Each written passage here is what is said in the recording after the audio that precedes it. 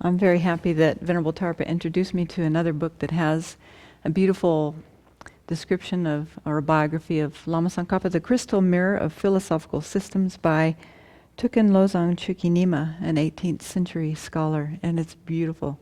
Every page about Tsongkhapa is very nice.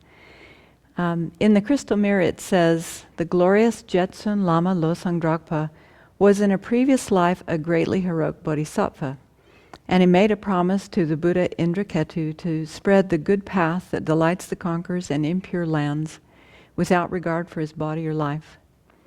So who is Buddha Indraketu? Anybody know? It's our very own Shakyamuni Buddha in the lifetime that he achieved full enlightenment. At that time, Tsongkhapa lived at the time Tsongkhapa lived in Tibet, the explanatory tradition of the Madhyamaka had severely declined, and sutra and mantra were widely held to be contradictory, like hot and cold. Those devoted to the perfection vehicle did not engage in secret mantra, and those devoted to mantra had nothing to do with the perfection vehicle. So J. Tsongkhapa also promised the previous conqueror, Indraketu, that he would extend the excellent path that unites the view of emptiness with secret mantra.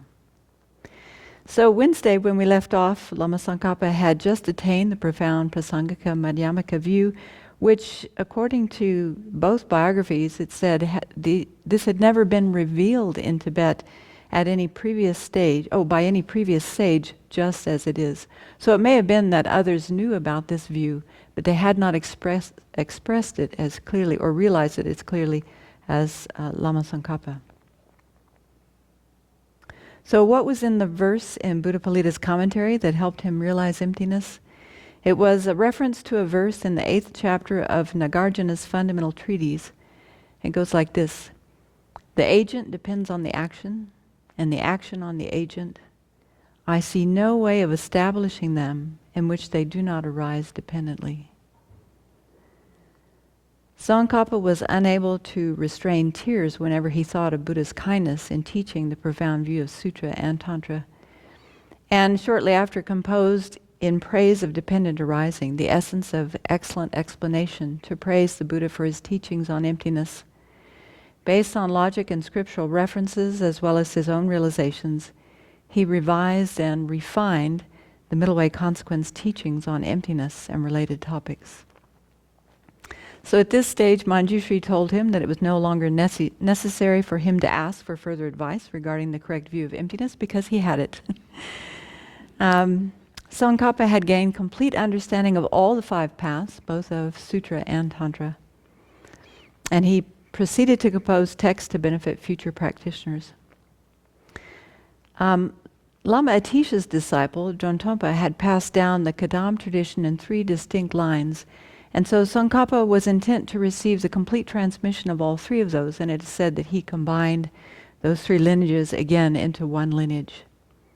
He had thousands of students and gave many ordinations and discourses on the Vinaya, or discipline, and he was a very strict practitioner in the respect that he would never transgress even the minor rules of a monk. So it was around the age of 40 that Tsongkhapa thought that observing the pure Vinaya training rules would be an especially good omen, one of extensive benefit to preserving the teachings. So he and his friend Randawa and the great translator Kabjuk Pelsong spent the summer rains retreat with 600 monks at Namse Ding, where they each gave elaborate discourses on the Vinaya Sutra, thereby revitalizing the tradition of monasticism. And Tsongkhapa's discourse was so lucid, so clear, so profound, that it's regarded as the second of his 4 greatest deeds. To instruct others, he also wrote extensive commentaries on the Bodhisattva vows, and also wrote at least 1 commentary on the 50 stanzas on the Guru to reinforce the importance of strictly observing the vows of secret mantra. So once again he entered strict retreat at Redding, the monastery founded by Drontompa, where he set about writing Lamrim Chimmo, the great treatise on the stages of the path, as well as many other commentaries. And so it was said that for over a month he had visions of all the lineages from Shakyamuni Buddha down to his own teachers, and that they imparted many instructions and follow-up teachings. And it was in this text that he clarified many points about developing serenity.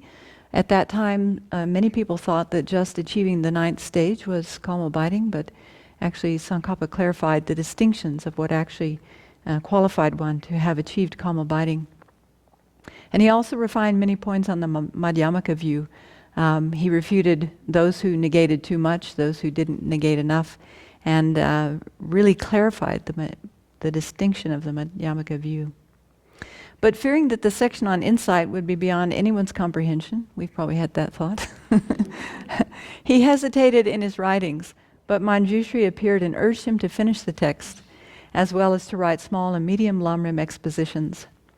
When he finished, the lineage lamas all absorbed into Lama Tsongkhapa in his vision, and it was absorbed into Lama Atisha, and Lama Atisha placed his hand on Tsongkhapa's head and blessed him. Another of his monumental contributions was writing the sequel to the Lamrim Chenmo, the Great Exposition of Secret Mantra, which expounds the entire path of the 4 classes of Tantra. And the Crystal Mirror says, if at that time Je Rinpoche had taken an action seal, it would have been the cause of his manifesting the stage of union in that very life. So that his followers would honor their celibacy, the root of the teachings, he did not resort to an action seal. Instead, he attained the supreme yogic achievement in the bardo. Tsongkhapa devoted half of his writings to Tantra. 6 of his 12 longest works are on Tantra, such as this Great Exposition of Tantra, 3 commentaries on Guhya Samaja system, and 2 on the Chakra Samvara system, all of which reveal the profound key points of highest Yoga Tantra. Of particular importance was the detail on the way to achieve the illusory body in his commentary on the completion stage of Guhya Samaja. Around the age of 50, he was asked to compose a commentary on Nagarjuna's fundamental treatise on the Middle Way. And while writing his commentary, The Ocean of Reasoning, he would invoke Manjushri, and seed syllables, the color of refined gold, would appear in the air around him, eliminating any subtle doubts that he might have had. In a similar way, he wrote Essence of Eloquence, a treatise distinguishing the interpretive and definitive scriptures.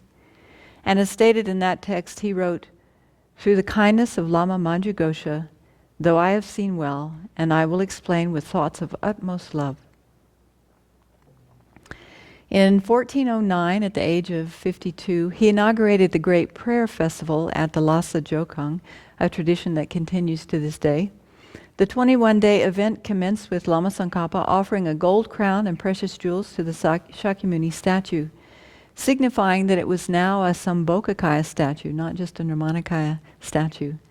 Evidently, the Sambhogakaya forms of Buddhists live until all sentient beings are liberated from cyclic existence, where the Nirmanakaya forms live only a short time. So this act fulfilled the Buddha's prophecy and was the 3rd major deed of his life. And during that festival, then Tsongkhapa gave many teachings on Sutra and Tantra. As he was advancing in age, his disciples asked him to stop traveling so much, and so they founded Ganden Monastery near Lhasa. Ganden, or Tushita, means joyous and is the abode of Maitreya. And it was constructed on the very spot prophesied by Shakyamuni Buddha. Artists and sculptors were commissioned to construct a statue of Buddha Shakyamuni slightly larger than the one in Lhasa, and also to make 3-dimensional copper mandalas of Guhya Samaja, Chakra Samvara, and Yamataka. This was considered his 4th great deed. Again, many miraculous manifestations occurred during their construction, such as rainbow lights emanating from the mandalas. So when you look at the list of Tsongkhapa's discourses and teachings, as Venerable Chinni mentioned, it would appear that he must have spent his whole life teaching. Yet from the point of view of his daily practice, it seems that he spent his whole life in meditative retreat. But from looking at the list of his writings, it would seem that he could only have spent his life composing texts. His Holiness feels that Je Tsongkhapa's greatest feat was to have done all 3. Personally and through his students, he made an extremely significant impact on the development of Buddhism in Tibet, extending his influence into Mongolia and China.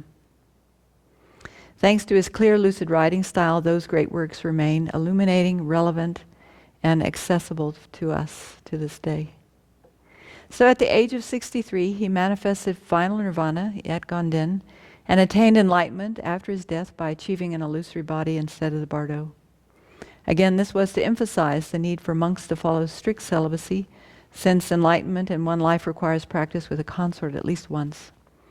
According to authoritative scriptures, he took birth before Maitreya in Tushita heaven and was called Manjushri Garbha, the conqueror's son.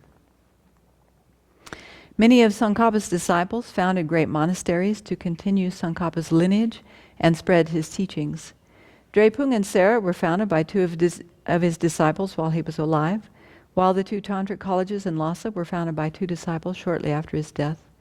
And one of Tsongkhapa's chief disciples was a monk named Gendun Drup, who posthumously became known as the first Dalai Lama, and was popularly thought of as a reincarnation of Dromtonpa, the key disciple of Atisha.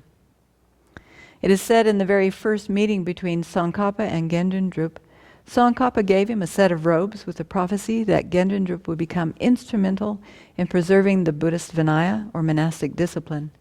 And like Tsongkhapa, the first Dalai Lama also studied with lamas from all the different traditions and sects and drew knowledge and insight from all of them.